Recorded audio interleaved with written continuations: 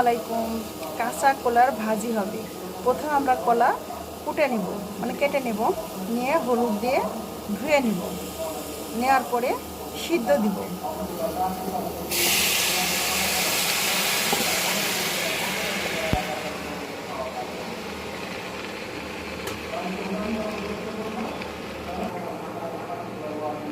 লবণ, হলুদ,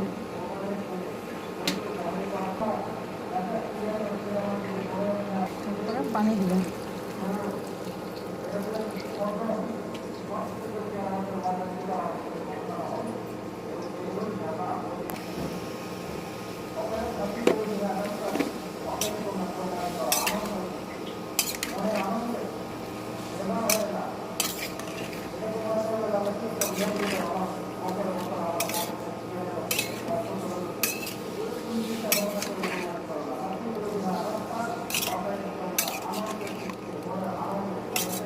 সিদ্ধ হওয়ার পরে মরিচ আর পেঁয়াজ দিয়ে তেলে দিব। সিদ্ধ হওয়ার পরে মরিচ আর পেঁয়াজ দিয়ে তেলে দিব।